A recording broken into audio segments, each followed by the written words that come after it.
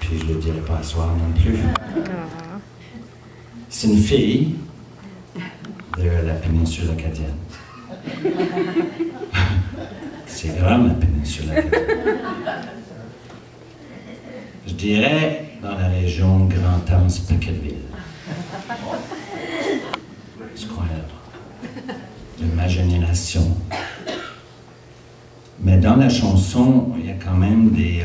moi, quand j'ai écrit cette chanson-là, je pensais pas que ça allait faire un hit, sinon j'aurais pas écrit les mêmes affaires dedans. T'sais. Parce que tu sais pas, hein, t'écris ça de même. Ça. Tu t'écris ça, une chanson, Easy Rose. Tu penses pas qu'un jour ça va jouer à la radio, puis ça va venir un des classiques de la chanson acadienne.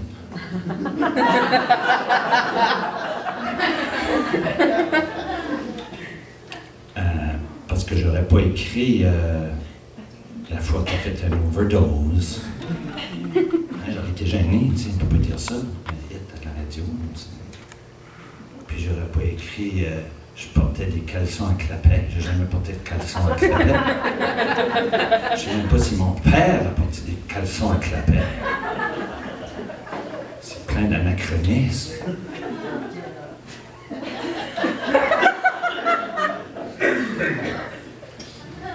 Mais une chanson, c'est comme une bouteille à la mer. Elle peut s'écraser dans la vase, là, puis rester là toute sa vie, ou elle peut faire le tour du monde, hein, une bouteille à la mer. C'est une petite tune qui s'appelle Easy Rose, puis dans les refrains, j'ai besoin de vos voix.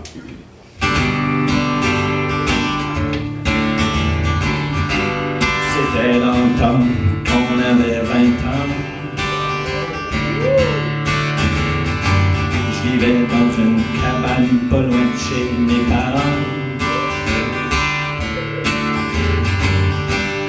J'avais une longue barbe. Je cultivais de la...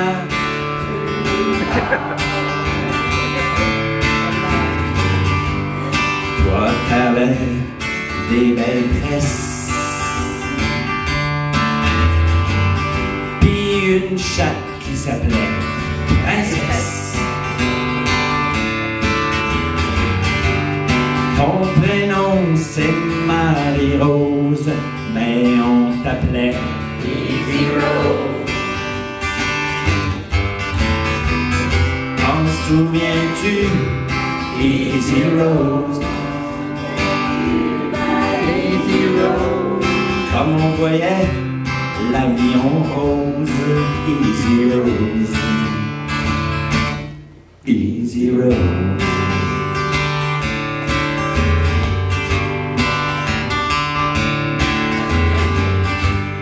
On écoutait du reggae,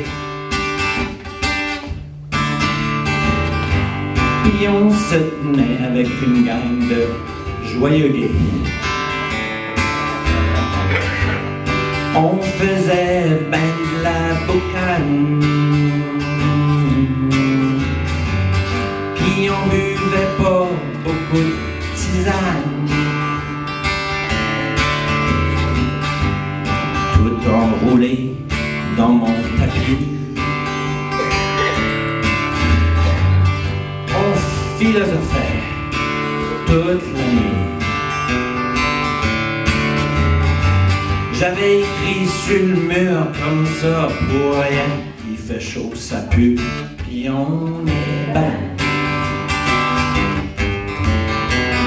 T'en souviens-tu, Easy Rose? T'en souviens-tu, Easy Rose?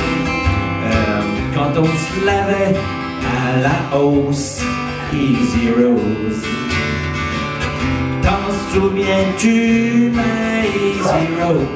T'en souviens-tu, ma Easy Rose? La fois que t'as fait une overdose, Easy Rose, au centre récréatif de Bertrand.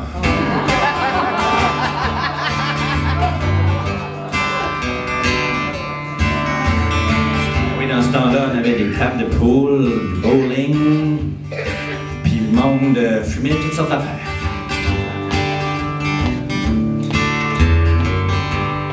On faisait l'amour la nuit comme le jour. Au moins, Easy Rose est ici.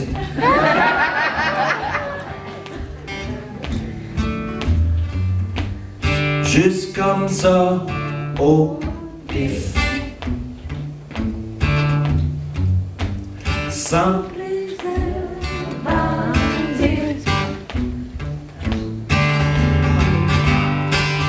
la vie était donc belle. Puis tu portais des jartelles. Puis un beau béret violet. Puis moi je portais pas de caleçon à clapet. T'en souviens-tu, Easy Rose? T'en souviens-tu, ma Easy Rose? C'était le bon temps, je suppose, Easy Rose. Mais un beau jour, ma Easy Rose,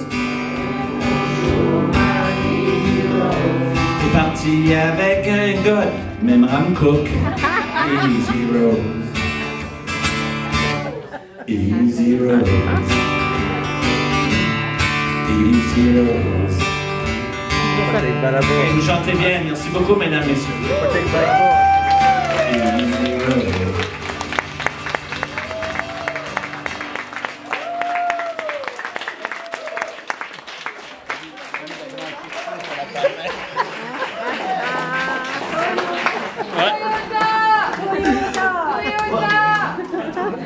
On aurait dû finir avec ça. Wow. Je me demande, un gars de Bim Rum Cook qui fait de la pression, c'est-tu un pressure cook? Question, c'est une question. Hey, moi, je vais vous dire de quoi. Je suis vraiment content d'être là ce soir. J'ai passé plein d'émotions juste assis avec mes ancêtres. La raison pourquoi je dis ça, c'est parce que à ce soir, je sens qu'on est comme en famille. Je sens qu'on est ensemble, on est un groupe, on est là, c'est parlure d'ici, mais il y a comme une énergie dans la salle qui est super le fun. Puis la raison pourquoi je souligne ça, puis je souligne mes ancêtres, c'est que 2 mois passés, j'ai perdu mon grand-père. OK? Ça sonne triste, là, en partant de même, là. Et ça l'est, dans un sens, mais il a eu une super de belle vie. Il est mort, il avait 90 ans, puis il allait célébrer 72 ans de mariage. Ça fait tout le temps ça. Depuis 2 mois, quand je raconte cette histoire-là, tout le monde fait « Oh! » Mais c'est vrai, parce que c'est une mémoire. Mais au lieu d'être triste, j'ai pensé à ce soir, commencer avec ça, pour que vous me connaissiez un peu plus. Je vais commencer avec toutes les choses qui m'ont marqué, puis vous allez connaître aussi d'où je viens, ça fait que je vais vous dévoiler plein de choses. Donc, ce que je vous dévoile à ce soir, s'il vous plaît, on a un pacte. Ça reste ici. À Lourdes. C'est ça. Donc, cette année, c'était spécial pour moi parce que mes grands-parents allaient célébrer 72 ans de mariage, puis j'ai toujours été proche d'eux parce que la maison de mes grands-parents, c'est à peu près ici, puis mon père, ma mère, c'est là. Ça fait que tu traversais, puis ma grand-mère, quand on était jeune, ça fait pas mal n'importe quoi un grand-père et une grand-mère, tu sais, ça te donnerait tout. Puis moi, quand j'étais jeune, j'allais là, puis je regardais mon grand-père et ma grand-mère boire du café. Puis ça sentait bon. Puis je trouvais ça bon, dans le sens que j'en voulais. Puis ma grand-mère, quand j'étais jeune, me donnait du café. Fait que s'il y en a qui se demandent pourquoi je suis hyper actif aujourd'hui, c'est à cause de ma grand-mère. Elle mettait beaucoup de lait. Moi, j'avais du café. J'allais là, ça fait que j'ai toujours eu une affection spéciale envers mes grands-parents, comme beaucoup de jeunes. Hein? Fait que cette année, vu que c'était la grosse fête, à la Saint-Valentin, je suis allé chez mes grands-parents. Puis j'ai trouvé assez cute. Tu sais, 72 ans de mariage, mais beaucoup d'amour, encore énormément d'amour. Mon grand-père regardait ma grand-mère, là, puis tu sentais l'amour.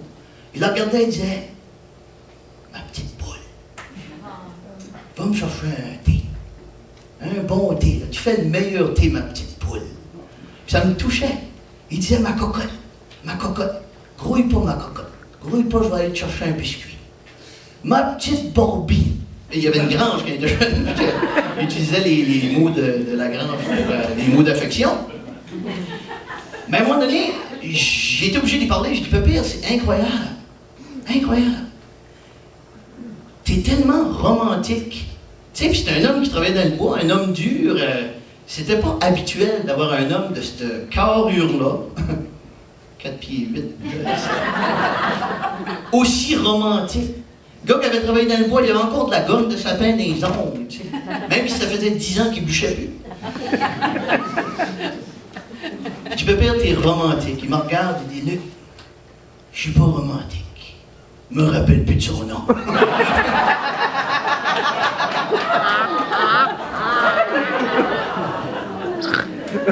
Mon grand-père, c'est un gars qui avait du répondant.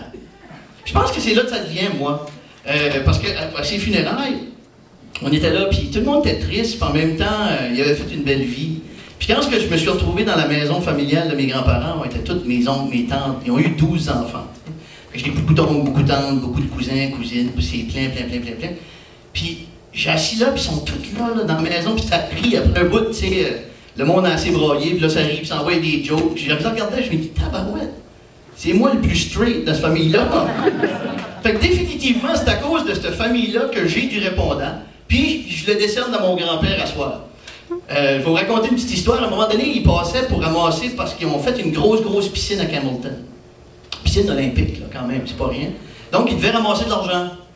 Là, ils se promenaient dans le village pour aller collecter si les gens voulaient donner quelque chose, tu sais. Puis ma grand-mère, elle est nerveuse. Il y a quelqu'un qu'elle connaît pas sur le perron.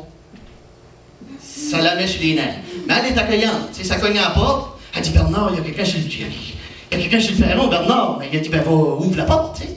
Elle ouvre la porte, là, le monsieur, il parle, il dit ça, je ramasse de l'argent. Puis là, elle ne pouvait pas prendre une décision. Bernard, il passe pour la piscine, qu'est-ce qu'on donne? Il passe pour la piscine. Mon grand-père a dit, donne-lui un verre d'eau. On va ramasser Tu sais, c'est un gars qui avait du répondant. Puis il avait été élevé sur une ferme. C'était un farmer. Quand il était jeune, t'étais jeune, puis t'étais dans la ferme. Puis à un moment donné, ben, mon arrière-grand-père, Willy, a donné la maison à mon grand-père, puis a donné aussi la ferme. Tu sais, en passant, une petite histoire qui n'a pas rapport, mais qui n'a une pareille, c'est que ma grand-mère Savoie, mon grand-père Leblanc, la famille Leblanc était les conservateurs. Conservateurs, je ne serais plus aujourd'hui, mais ils étaient conservateurs au bout. Et ma grand-mère Savoie, les autres, c'était les libéraux. Libéral. Ils ont eu de la misère à se marier. Parce que c'était pareil comme Roméo et Juliette. La fameuse histoire Roméo-Juliette. Donc, quand ma grand-mère, elle allait se cacher, tu sais, là, à un moment donné, ils ont dit, ben, on va se marier, puis ça va régler le cas. Mais ils se sont mariés, puis chacun des familles, à cette époque-là, donnait une vache pour un mouton. Fait que quand les autres sont mariés, ma grand-mère a juste eu le mouton, elle n'a pas eu de vache. Histoire à part, mon grand-père a continué la ferme. Puis, est venu au monde ce beau cochon-là. Un cochon super beau, intelligent, le cochon le plus intelligent. Jamais on va passer à McKendrick, mais il est venu au monde avec 3 pattes. 3 pattes seulement. Intelligent. Mon grand-père qui est un grand forceur, puis à ce moment-là, la télévision, la radio, c'était pas quelque chose qu'on écoutait souvent, parce qu'on n'avait pas. Donc, il réunissait le monde dans la cour, puis il disait, écoutez ça, moi j'ai un cochon ici super intelligent. Il sait calculer. Voyons, on parle. Non, ouais, écoutez ça, regarde. OK. 5 plus 3, le cochon. 9.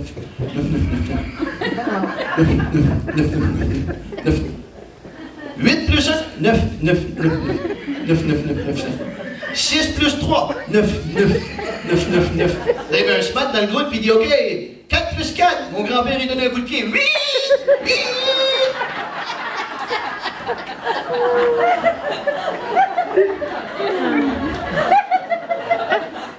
Là, bien sûr, ils ont regardé mon grand-père, ils ont dit, voyons, Bernard, comment ça se fait que ton cochon, un cochon aussi intelligent que ça, il a 3 pattes? Tu sais, mon grand-père l'a regardé, mais il a dit, ben justement, quand tu as un cochon aussi intelligent, tu ne le manges pas tout d'une shot.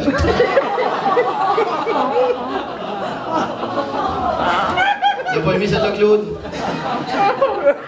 Non, mais, c'est juste pour vous dire qu'il y avait du répondant. Il prenait pas ça au sérieux. Puis à un moment donné, lui, le politicien qui le faisait plus rire, c'était Jean Chrétien. Ouais. Jean Chrétien, par contre, ça a été prouvé que la raison pourquoi il était toujours élu, Jean Chrétien, toujours, c'est à cause qu'il n'était pas parfait. Puis, entre êtres humains, on aime ça des gens qui sont pas parfaits. Des gens qui sont trop parfaits. Hein? Ça nous tanne, tu sais. Puis lui, Jean Chrétien, il avait des petits à côté parce qu'il faisait bien, mais il n'était pas parfait. Puis à un moment donné, il est arrivé en Angleterre, reçu par la reine d'Angleterre. Wow! Il est là avec sa femme Aline, la reine d'Angleterre qui s'était surpassée, avait préparé une calèche en or avec des chevaux pour accueillir le premier ministre et Madame du Canada. Il embarque dans la calèche. Thank you very much. Embarqué dans la calèche. Mais là, il faut un bout, puis un cheval, veut pas. Ça ne s'obtient pas, ça peut pas. C'est pas fait comme ça. Ça se laisse aller. Donc, il y avait des odeurs dans la calèche. Et là, il fait un bout, puis là, Jean Chrétien un petit peu mal à l'aise. La reine, mal à l'aise. Tu sais, elle prenait les couleurs de ses 20 piastres. Et là, tout d'un coup, elle, c'est un peu trop pour elle, tu sais. Fait qu'elle se tourne par Jean Chrétien et dit, oh, Mr. Prime Minister, I just want to tell you that I am very sorry. I'm sorry. Là, lui, dans son imperfection, il la regarde. Yo, it's okay, I thought it was the horse.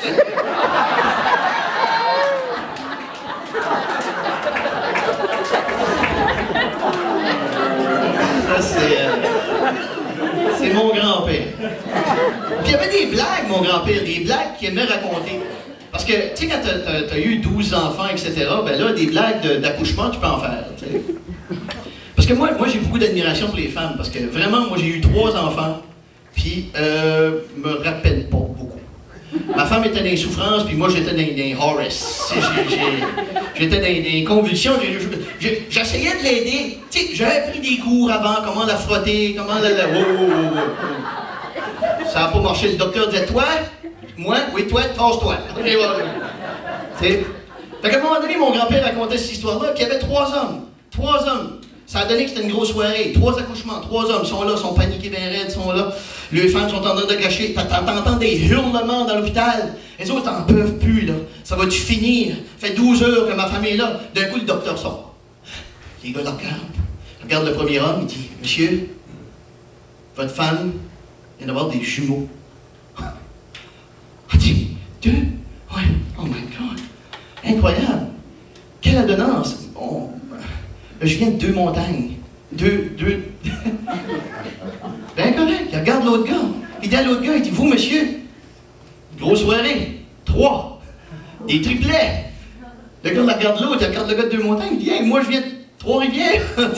2 montagnes, 3-Rivières, le 3e décolle. Le docteur dit, hey, où vous allez, vous, monsieur, je vous ai pas encore. Il dit, toi, laisse faire, je viens de cette île.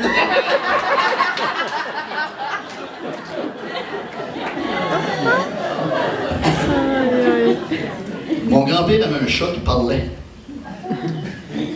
Il disait... Quand j'étais jeune, je croyais ça. Le père disait, Luc, le chat, il me connaît, moi. Je dis, rien, pépère, écoute-le. T'entends le chat.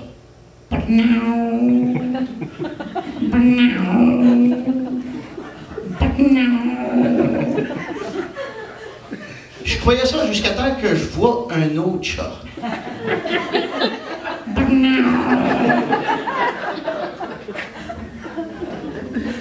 Mon grand-père disait aussi à un moment donné que... Non, il me fait signe, hey, petit gars, continue à messe, petit gars. Là, moi, je pogne une page au hasard et je dis, élevons notre cœur. Hey, j'aurais jamais dû dire ça, le prêtre l'a fait.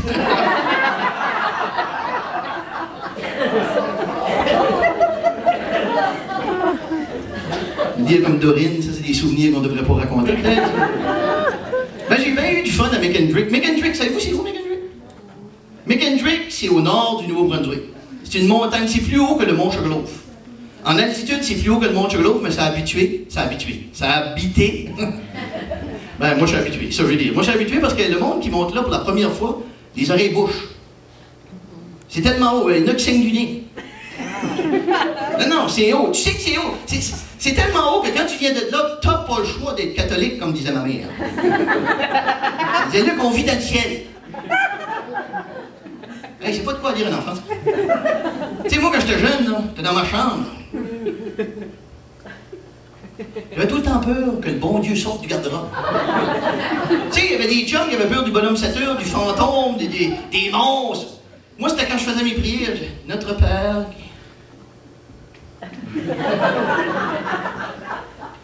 qui vit à la même place que nous autres. Hey.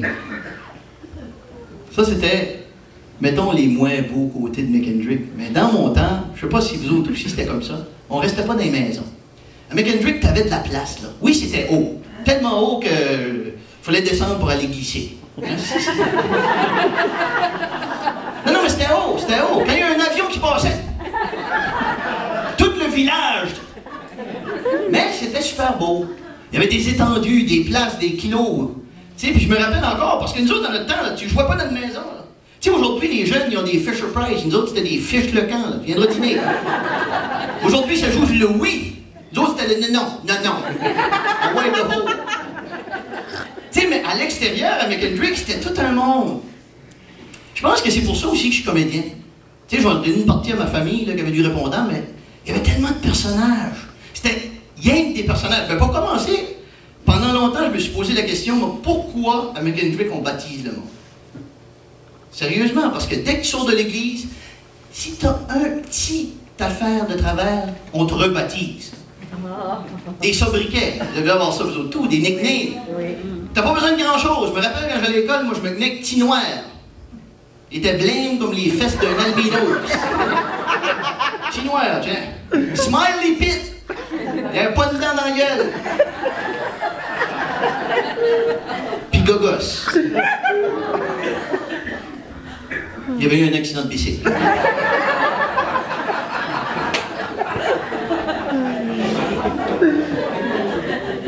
Un de mes préférés, je pense, c'est Joe Lousse. Parce que Joe Lousse, c'était juste à côté de chez nous, ça. Puis moi, ben, ayant une mère comme que j'avais, je vais vous dire de quoi, là, poser des questions sur la sexualité, mettons. Tu sais, quand t'arrives à l'adolescence, puis dire, c'est pas de ta faute, t'as des hormones dans le plafond, tu sais, puis, mais à qui tu parles de ça? Tu sais, j'aurais jamais parlé ça à ma mère, ça fait que moi, mon éducation sexuelle s'est faite dans la grange, à Joe Lousse, avec le bœuf. Pas... Vous pensez mal, hein? Pas moi pis le bœuf, là. En regardant le bœuf, qui était mon idole de jeunesse. Non, je vous jure, c'était un idole de jeunesse qui était avant son temps. Ça s'appelait Bokeh. Il y avait des piercings. Un piercing dans l'oreille, un ring dans le nez. Il était à la mode. Une petite touffe rousse. C'était un jersey. Il se promenait dans cette grange-là, ma grande foi du bon Dieu, King of the Barn.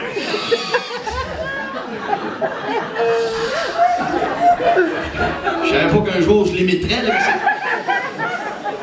Puis toutes les femelles étaient après lui. Tu sais, t'avais 25 vaches, 25 femelles pour un mâle.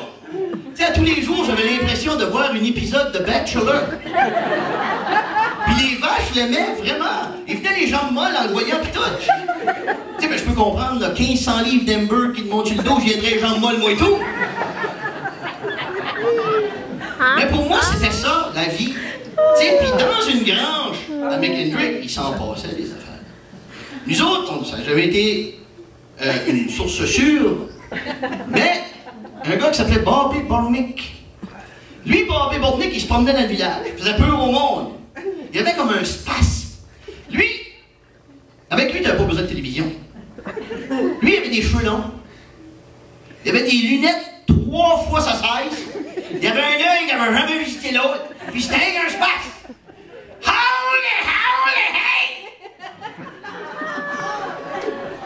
Puis quand il y avait quelqu'un qui connaissait pas, il allait pas. Hey! Oh!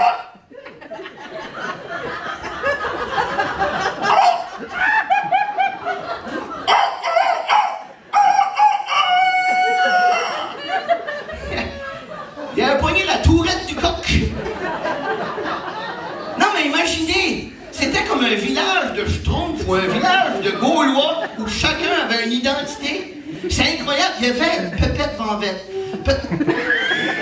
Pepette Vanvette, lui, je pense qu'il l'appelait Vanvette parce qu'il y avait pas mal de vent qui passait entre les deux oreilles. Mais c'était fort comme un ours. Il y avait une légende, Pepette Vanvette avait assommé un bélier. Mais il avait une maladie. Il était un peu, aujourd'hui on va dire autistique peut-être, je ne sais pas. Mais lui, il avait peur de tout ce qui était le fantastique. Comme il avait peur des trolls, des petites personnes. Tu sais, il avait peur de ce fantastique-là, puis il vivait seul avec sa mère. Puis sa mère, c'était difficile parce que dès qu'il écoutait la télévision, peut-être en bête, puis s'il écoutait du karaté, il se mettait à boster les murs. Voilà! Ça fait qu'elle faisait écouter du classique. Là, il se contentait de la lutte. Fait que quand elle partait de la maison, elle devait fermer la TV, elle mettait du duct tape, puis elle s'en allait travailler. À un moment donné, une journée, elle reçoit un téléphone, elle ouvre l'ouvrage. Maman, j'ai vu il y a un troll dans le garde-robe. Elle dit quoi, il y a un troll dans le garde-robe? Il y a un troll dans le garde-robe, maman, il y a un troll dans le garde-robe. Elle dit, oh, as-tu écouté la télévision? Ouais. Maman va faire une autre coupe d'heure, puis je vais être à la maison, ce sera pas long. Il l'appelait à tous les demi-heures. Tous les demi-heures. Maman, il y a un troll dans le garde-robe.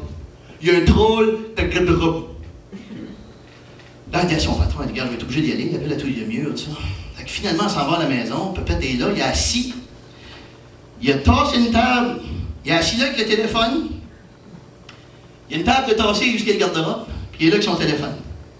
Puis elle voit ça par la vitre, elle fait, oh mon Dieu, elle ouvre la vitre, elle dit, es-tu correct, mon petit amour? Elle l'entend dans le garde-robe, sortez-moi d'ici!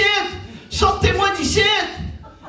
Elle dit, Pépette, tasse-toi, quoi ce qui se. Elle tasse la table. Il y avait un monsieur qui était là avec un. Il passait pour le cancer. C'était un nez.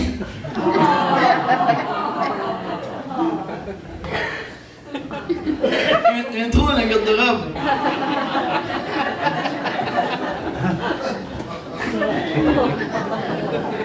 Faut dire que c'était comme une bizarre de famille aussi. Parce qu'il y avait deux parentés, un cousin et eux autres, on appelait nous autres Pantouf.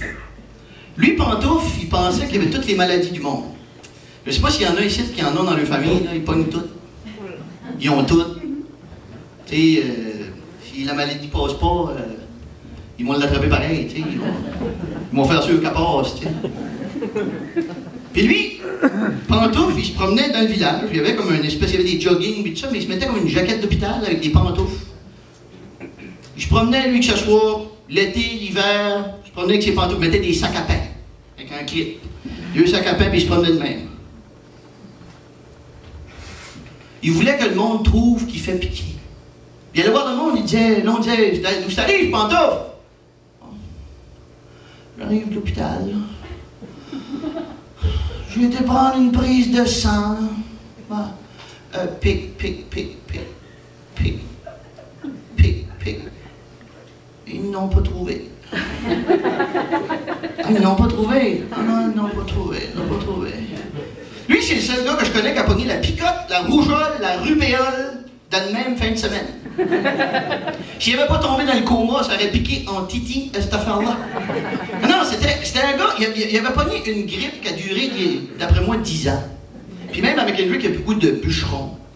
Puis on avait même nommé sa grippe. On avait appelé ça la grippe, la chainsaw. Quand ça sortait, t'avais l'impression que c'était une chainsaw qui sortait. Ça décollait comme ça ici, ça.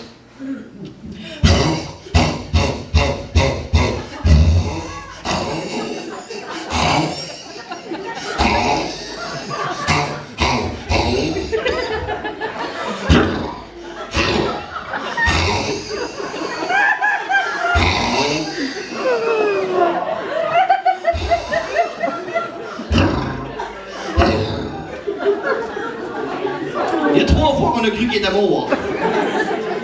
Puis il aimait ça raconter ses histoires. Il disait, ouais, moi j'ai pogné une grippe quand j'ai été au camp d'été, là.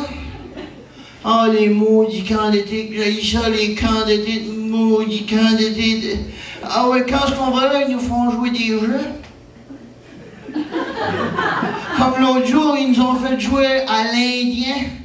Hey, tous mes amis avaient des beaux noms. Le feu de la joie. Le feu follet. Moi, ils m'appelaient le feu sauvage.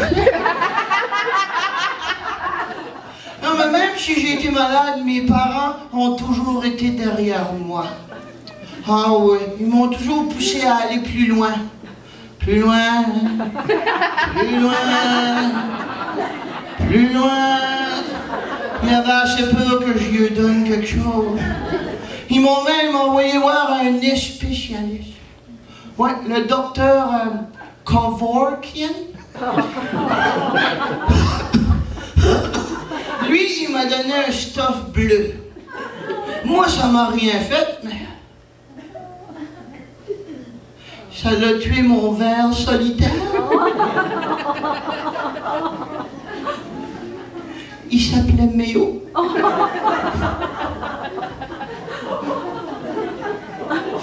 Excusez-moi, là, je fais une dépression passagère. Puis c'était le genre de gars, il écoutait la télévision, lui, c'était terrible. À un moment donné, je me rappelle, il en avait fait une, et ben, es-tu correct, Pantouf? Ouais, là, j'écoutais la télévision, là. J'écoutais la météo avec la belle Cindy D. Hey, j'ai commencé à faire de la haute pression. Hey, je faisais de la haute pression, de la basse pression, de la dépression. Hey, j'ai changé ça à William Book, ça a passé tout de suite. Ça a passé tout de suite. Hey, puis il aimait ça de aller dans des salles. Comme un soir, il n'est pas invité, il aurait monté sur le stage, il aurait pris la parole. Puis il se donnait des titres. Il y avait des mariages à Val-d'Amour, prenait la parole. Il arrivait là-dessus.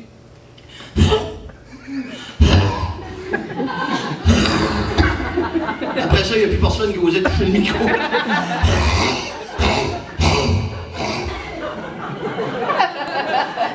Tu mets-tu de l'écho, Robert?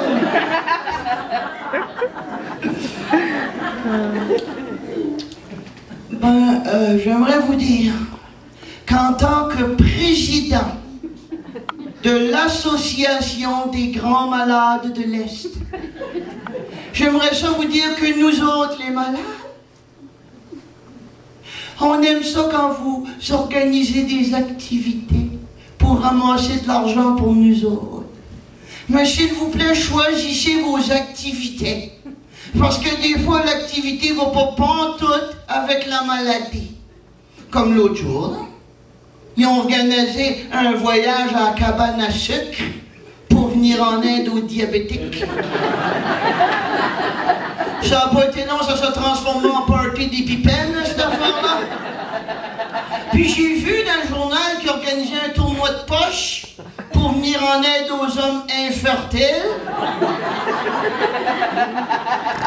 Pourquoi pas un tournoi de balle molle, de l'affaire? Puis il était chialeux. Lui, il était chialeux. Trouver les médicaments, ça coûtait cher. Ah, ça coûte cher. Hey, comme ma bouteille de pénicilline, 60$. C'est marqué prendre 3 fois par jour. Hey, 180$ la journée, c'est pas donné. Vous allez être obligé de m'excuser, là. C'est juste qu'avant de venir, j'ai pris de la pénicilline. C'est rien qu'après que j'ai vu sur la bouteille, c'était écrit « bien agité », s'il vous plaît.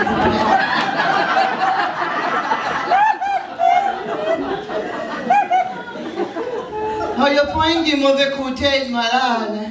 Non, je vais avoir mon nom dans le livre des records Guinness. Oui, je suis le seul vierge à avoir pogné une maladie vénérienne. J'ai sûrement pogné ça dans les magazines Scratch and Sniff. Mais là, je sniff plus. Mais ça scratch encore.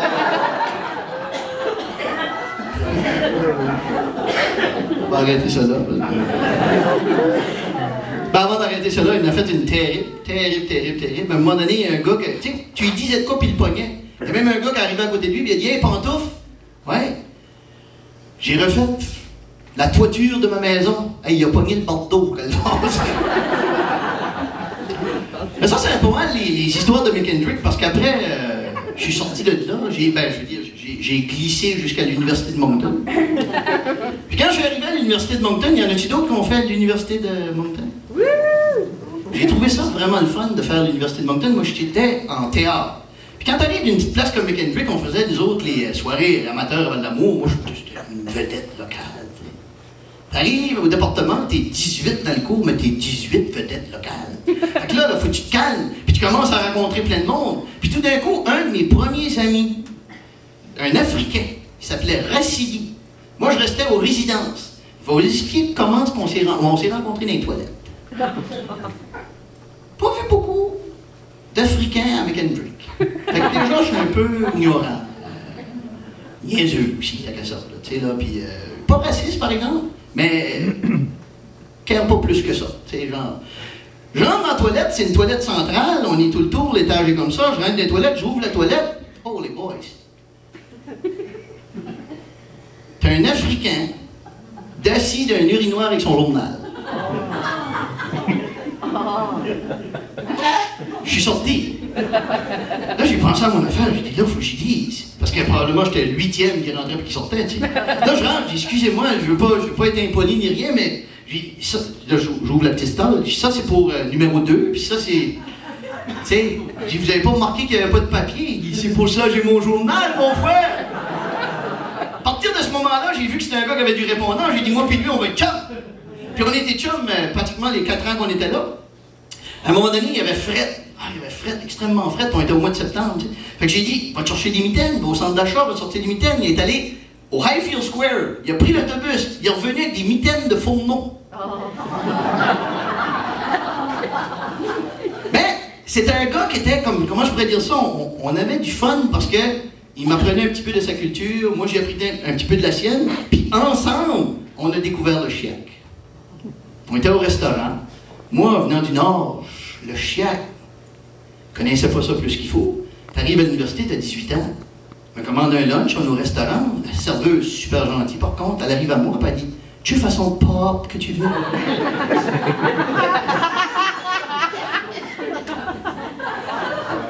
Je comprenais pas en tout ce qu'elle voulait. Je dis, pardon? Elle dit, ben, puis là, ce qui est comique, c'est qu'elle s'est juste mis à le dire plus slow.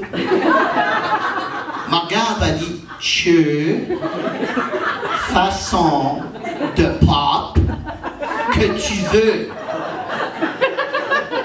Là, moi, j'ai pensé pop. J'ai dit Michel Thériault, pop moutarde, tu sais. Je vais prendre une pop moutarde, tu sais. Je pense qu'elle ne la shootait pas, ça a été là au frigidaire. Elle dit, veux-tu une pop noire, une pop blanche ou une pop orange? J'ai pris de l'eau. Puis ensuite, je suis rentré en contact avec les légendes de Bayou. Ça vous dit-tu de quoi? Ah, tabarouette, je vous raconte ça. Bayou étant un gars qui n'a pas de fuse. Je pense que vous connaissez du monde de même qui n'a pas de fuse. Un Acadien, là. Purlette n'a pas de fuse. Puis, ironiquement, il parle pas anglais. Bien. Il parle chiac un peu, mais il parle pas anglais bien. Parce que la fuse est trop là. Il arrive au McDonald's. Il est là au McDonald's, il se tourne vers nous autres, il dit comment tu dis ça, milkshake en anglais?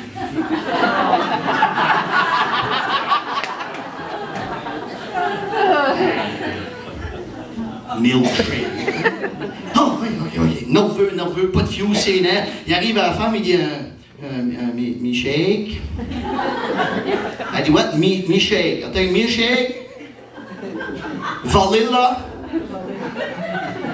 Elle dit what? Milkshake vanilla. I don't understand. Vanilla? I'm sorry, sir. Vanilla! I want a milkshake vanilla! Sorry, I don't have chocolate! Chocolate! Il n'y avait pas de fuse. À un moment donné, il est au club. Tu sais, les clubs, ça sortait tard de ce temps-là. Il est au club. Il sort de là, sa drive est partie. Il n'y a pas de drive. Il appelle son père. Il dit à son père, il dit, viens me chercher. Ma drive est partie. Son père dit, OK, mais où est-ce que t'es? Never mind où est-ce que je suis, viens me chercher!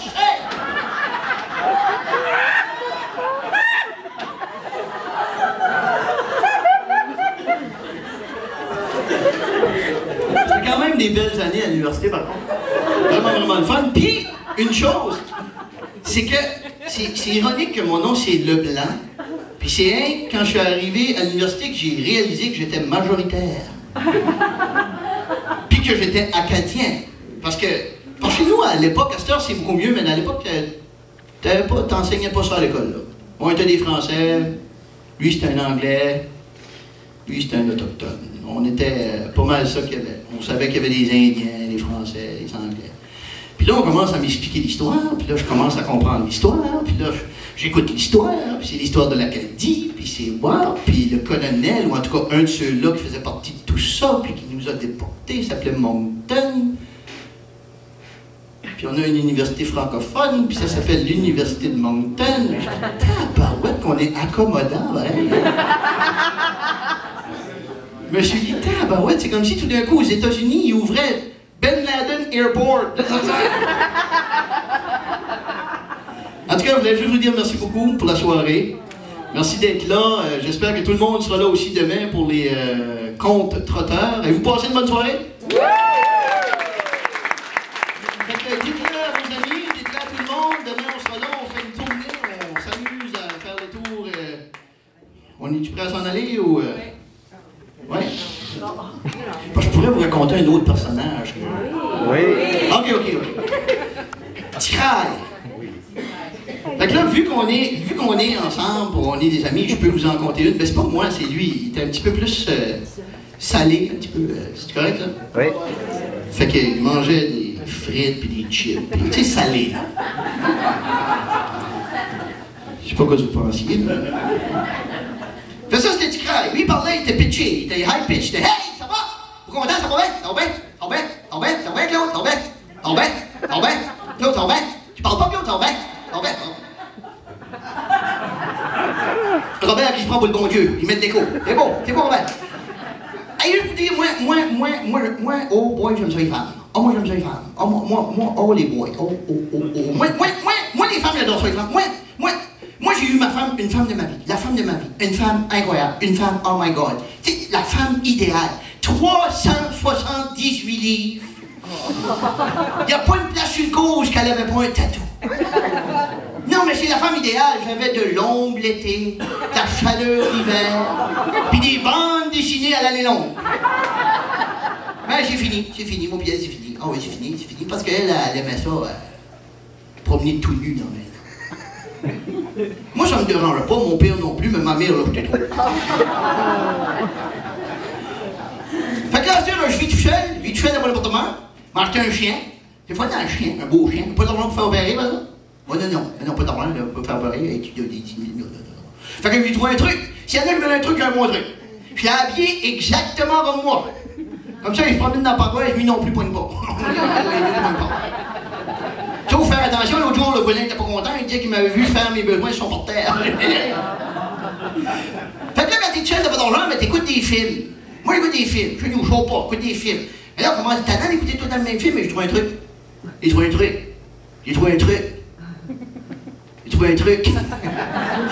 C'est le fun de dire, j'ai trouvé un truc. J'écoute des films à l'envers. Comme ça, quand tu l'écoutes à l'envers, c'est toute une autre histoire, ça, à l'envers. Comme Jaws. Écoutez Jaws. Vous connaissez tout le film Jaws? Ben, Jaws, à l'envers, c'est l'histoire d'un requin qui vomit du monde jusqu'à temps que la plage ouvre.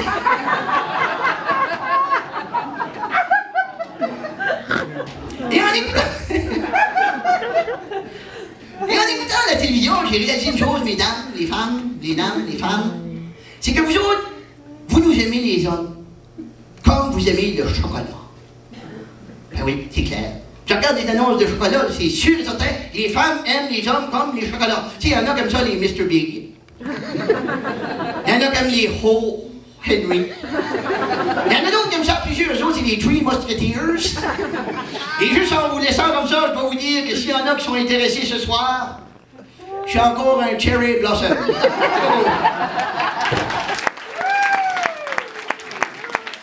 Donc, est-ce que vous comprenez un petit peu mieux d'où ça vient ma folie? Hein? Ça vient du café, ça vient de tous les personnages que j'ai rencontrés, puis ce n'est pas fini. Donc, merci beaucoup d'être là. On se revoit demain. Dites-le à vos amis. Merci à tous les participants qui étaient là ce soir. Merci beaucoup. Comment est-ce qu'on finit ça? Merci!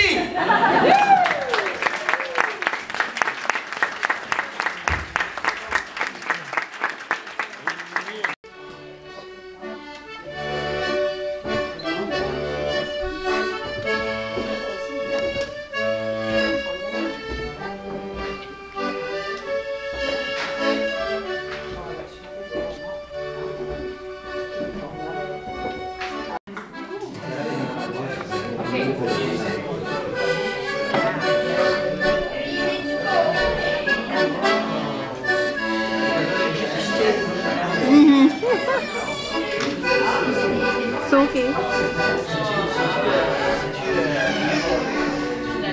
Claude. C'est ça, je me suis trompé de nom, je l'ai appelé Claude toute la soirée, il m'a appelé Paul, fait que c'est Paul et Claude. J'arrivais à la maison, j'étais vraiment excité, j'ai raconté ça à mes enfants, j'ai dit c'est le fun, on raconte des histoires. Et là, ils m'ont dit, est-ce que c'est, papa, est-ce que c'est juste des enfants qui sont là? Je dis, non, il y a des adultes, il y a des personnes qui ont même l'âge à ma mère puis papa, sont là, tu sais. Je les regarderai pas, là, mais comme, il y en avait. Fait que mes enfants m'ont fait promettre que je raconte de leurs histoires, juste pour commencer. Fait que ça vous dérange pas? Non. Comme ça, c'est surtout ma petite fille Annabelle, puis mon petit garçon Anthony, qui raconte des jokes. Puis on dit, papa, tu pourrais-tu commencer la journée d'aujourd'hui avec nos histoires, nos jokes? Fait qu'on va commencer avec la joke à Anthony. Anthony, il demande, est-ce que vous savez pourquoi les gorilles ont des grosses narines? Parce qu'ils ont des gros doigts. Fait qu'Anthony, c'est fait. Annabelle, c'est un peu plus à double sens. Je suis pas sûr qu'elle le sait, mais elle dit, qu'est-ce que la donut dit au frigidaire? Ferme la porte, gèle le trou. Elle a 4 ans. 4 ans! C'est ça qu'elle. Donc, voilà. Ça, c'était 2 histoires de mes enfants. Vous savez, dans les contes, hier, j'étais vraiment intrigué. J'écoutais les contes de conteurs plus expérimentés au niveau du conte. Puis ça m'a marqué. Puis j'ai pensé vous raconter plein de petites histoires aujourd'hui. À commencer par l'histoire de Stomsit, qui était un gars dans un village qui était très respecté, respectable, qui était assis en dessous d'un arbre. Et tout d'un coup, il était assis là, puis c'était dans le temps, ça, où on prenait le temps. Et tout d'un coup, il y a un cheval qui passait par là, avec un beau cavalier. Très, très distingué. Le cavalier était sur le cheval, tout bien habillé. Il y avait des ornements en or. Puis tu voyais que c'était quelqu'un de respecté et de respectable, et le cheval aussi. Sauf quand ils ont passé devant l'arbre, ils n'ont peut-être pas aperçu qu'il y avait un homme, et le cheval a laissé tomber un tas. Tu sais, puis c'est sûr que si ça avait été le cavalier qui avait laissé tomber un tas, on parlerait d'une autre histoire. Mais là, c'était le cheval. Et tout d'un coup, le cheval a continué, et le monsieur était assis là, et le tas était là. Et tout d'un coup, il y a un petit oiseau qui est arrivé. Il est allé dans ce tas-là, puis il a commencé à manger les brindilles, les morceaux qu'il y avait là-dedans, puis il est resté pris dans le tas. Fait que l'homme qui était respecté et respectable, il s'est levé, il a dit, je peux pas laisser un oiseau dans un tas. Il a sorti l'oiseau, il l'a nettoyé un petit peu, il l'a mis d'un beau rayon de soleil qui était là à se faire sécher les petites ailes comme ça. Puis d'un coup, il se tourne de bord, puis si tu pas, qu'est-ce qui arrive, tu pas? Le chat qui saute sur l'oiseau, puis... Savez-vous c'est quoi la morale de cette histoire? Quand quelqu'un est dans le marde, laissez-le là.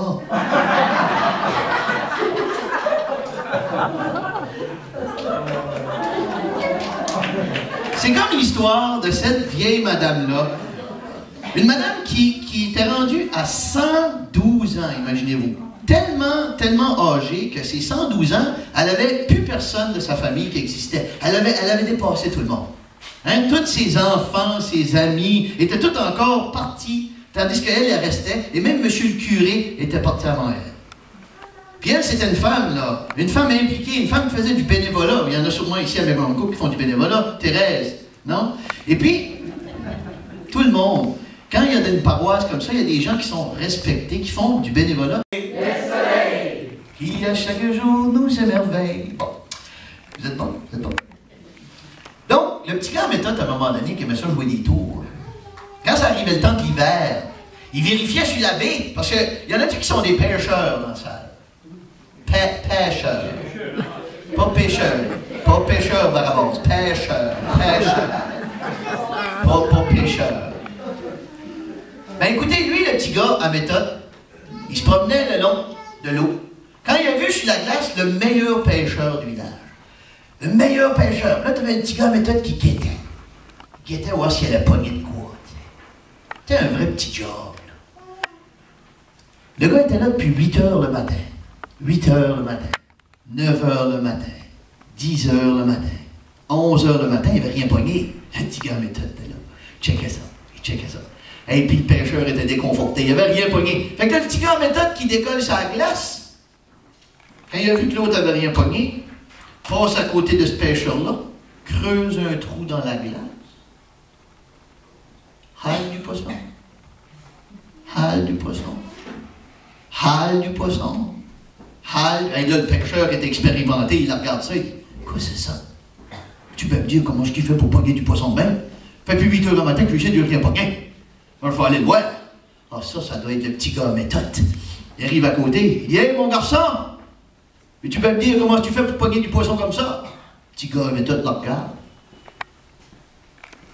Il dit, non! Là,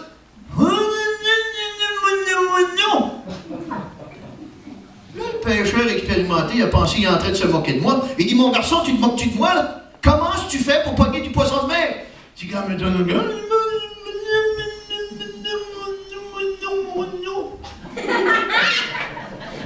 Il dit, OK, mon garçon, ça va faire. Tu vas me dire comment tu fais pour pogner du poisson de mer. Le petit gars à méthode la regarde, il fait, il faut garder tes verres au chaud.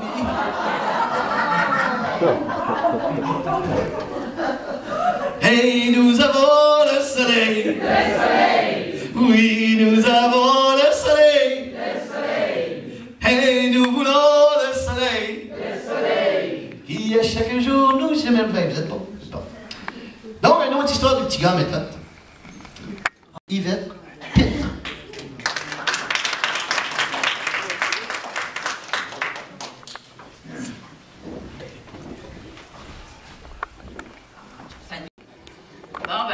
Vous étiez supposé de me présenter, je deviens, ce que je fais, puis tout ça. Ah oui, c'est vrai. Vous faites ça? Ouais. Non, reste là. Moi, je viens de Rogersville. Ça, c'est un 10 000 de Rosaireville. Puis, moi, je suis née en descendant à la bête d'église d'un vieux presbytère. C'était pas le prêtre qui était mon père. C'était le bedeau. Ben, le bedeau était marié avec ma mère. Ça, c'était tout légal. Ben, on aimait beaucoup mon père. On l'a tout le temps aimé. Là. Ben, quand on était jeune, là, tout le temps, on l'écoutait. Puis, il nous racontait des histoires. Puis, il y avait un cousin qui aimait assez. Puis, il disait tout le temps, « Georges Amenongue Jean, il va t'y maintenir de soir. » Puis là, il l'attendait, surtout les dimanches soirs. Puis là, nous autres, on aimait ça parce qu'il venait, puis des fois, il nous emmenait des petits bonbons. Tout à fait. Ça, une bonne fois, il dit ça, mon cousin, Georges, je l'attends là. Il doit venir le soir. Il y avait de quoi me dire. Il allait, puis nous autres, on voulait savoir. Ben, il y a Nance Tipa qui s'en allait travailler aux États-Unis. Or, là, ça nous a tous découragés. Puis là, les dimanches soirs, on n'avait plus de visite. Ça a duré presque 1 an. Ben, ça arrivait, c'était dans le temps du carême. Là, mon père étant bedeau, ben, il y avait beaucoup de quoi à faire là, dans du carême. Puis, Georges Amenongue Jean arrive. Il arrive, puis on était assez excités de le voir, puis surtout mon père. Ben, il n'avait pas été aux États 1 an, qu'il avait déjà l'accent anglais. Puis il arrive, il disait plus mon cousin Fred, il disait my cousin Fred. Il dit, j'ai de l'argent, I got money now. Oh, là, nous autres, on écoutait, puis on était surpris. Yeah, I got money. Je t'aime beaucoup, my cousin. Je vais t'emmener en voyage. Puis là, ma mère, elle, Juliane, qu'on appelait, elle travaillait la cuisine après les plats. Puis elle écoutait ce qui se passait. Jusqu'à mon pied Fred allait aller. Il dit, je vais t'emmener à une partie de hockey à Montréal. Wow! Oh mon Dieu! Mon père dit, oui, oui, oui. Et puis nous autres, les petits-enfants, ils étaient tous là, excités aussi. Hey, pape, il va aller à Montréal. Ben, Georges Abenonjean, là, il nous avait emmené des scènes, il était riche. Et 10 scènes qu'il nous a donné. Puis moi, là, il n'y avait plus de 10 scènes quand ça arrivait à moi. Puis il m'a donné 200 scènes. J'étais bien plus excitée. Moi, j'en avais 2. C'est bien plus gros qu'un 10 scènes, 200 scènes. Ah, j'étais excitée. Ben là, c'était en prêt de tout planer leur voyage pour aller à une partie d'hockey.